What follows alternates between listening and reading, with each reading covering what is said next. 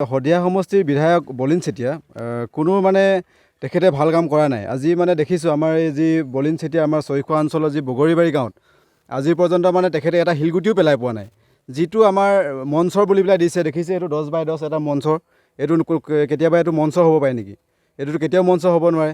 কিন্তু বলিন চেতিয়া অহা বিধানসভা ইলেকশ্যনত ৰাইজে কিন্তু এই মজাটো দিব, তেখেতক ৰাইজে মজাটো ভালকৈ দিব, তেখেতে গম পাব। কিন্তু বলিন চেতিয়া এজন এনেকুৱা স্বাৰ্থলোভী মানুহ, সেইজন মানুহ হ'ল মানে বিধায়ক, তেখেত হ'ল এজন পাৰ্চেণ্টিৰ ওপৰত মানে কাম কৰা এজন বিধায়ক। তেখেতক আমাৰ ৰাইজে, চৈখোৱা অঞ্চলৰ ৰাইজে বিচৰা নাই আৰু নিবিচাৰে, ভৱিষ্যতেও নিবিচাৰে। তেখেতক অতি সোনকালে আমি এই শদিয়া সমষ্টিৰ পৰা তেখেতক বিদায় দিয়া। ইতিমধ্যে আমাৰ সদৌ অসম মটক যুৱ ছাত্ৰ সন্মিলনে প্ৰতিখন গাঁৱে গাঁৱে আমি এখন গাঁৱৰ ৰাজহুৱা সভা দিয়া আলোচনা চলাই আছোঁ। পৰিতাপৰ বিষয় বেলেগ কি ক'ম। চৰকাৰ আহিছে, চৰকাৰ গৈছে, কংগ্ৰেছ চৰকাৰ আহিলে, এতিয়া বিজেপি চৰকাৰ আহিছে। বিজেপি চৰকাৰ প্ৰথম মূল ইছ্যুটো হৈছিল আপোনাৰ ৰাস্তা ঘাট পদূলি বনোৱাৰ লগতে চৰকাৰে যদি শিক্ষা আপোনাৰ স্বাস্থ্যৰ ক্ষেত্ৰত যি কৰিবলগীয়া আছিলে তাৰ ক্ষেত্ৰত কৰিম বুলি যিহেতু প্ৰতিশ্ৰুতি দি পিনে আহিছিলে, কিন্তু ইয়াৰ কোনো এটা ফলশ্ৰুতি আজি আমি পোৱা নাই। ইয়াৰ বিষয়ে ক'ব গৈছোঁ যে আমি যোনখন মই বৰ্তমান উপস্থিত চৈখোৱা অঞ্চলৰ বগৰীবাৰী গাঁও হাঁহাখাতি পঞ্চায়তৰ অন্তৰ্গত, যোনখন গাঁৱত আজিলৈকে আপোনাৰ চৰকাৰে কয় কল্যাণৰ কথা, শিক্ষাৰ কথা, স্বাস্থ্যৰ কথা, ইয়াৰ লগতে ৰাস্তা পদূলিৰ কথা, ইয়াক কোনো এটা সমস্যা এটা বিগ জিৰ' হিচাপে পৰিণত হৈছে। কোনো এটা সমস্যা আজিলৈকে সমাধান কৰিব পৰা নাই এইটো অঞ্চলত। আপুনি যদি কয় মানে কল্যাণৰ বা আপোনাৰ স্বাস্থ্যৰ ক্ষেত্ৰত আমাৰ যোনটো চাব চেণ্টাৰ আছে, তাত কোনো যদি আপোনাৰ যদি প্ৰসূতিসকল বা গৰ্ভৱতী মহিলাসকল যাবলগীয়া হয়, আপোনাৰ 30-40 কিলোমিটাৰ গৈ পিনে আমাৰ ডুমডুমাত আমি যাবলগীয়া হয় স্বাস্থ্যৰ ক্ষেত্ৰত। আৰু শিক্ষাৰ ক্ষেত্ৰত ক'বলৈ গ'লে আপোনাৰ কোনো ধৰণৰ এখন ইয়াত ইমান ডাঙৰ এলেকা হয়, আপোনাৰ LP স্কুলৰ পৰা আদি কৰি এখন ME স্কুলৰ পৰা হাই স্কুল, একো স্কুলত ইয়াত দেখিব পোৱা নাই। বা যোনখন এখন স্কুল আছে 1967 চনতে স্থাপিত কৰে, কিন্তু বৰ্তমানলৈকে কোনো চৰকাৰীকৰণ কৰা নাই। ইয়াত বিনা বেতনৰ দুজন ব্যক্তিয়ে গোটেই জীৱন উচৰ্গা কৰি দিলে স্কুল দুখনৰ কাৰণে, 1 টকা পইচা বৰ্তমানলৈ পোৱা দেখা নাই।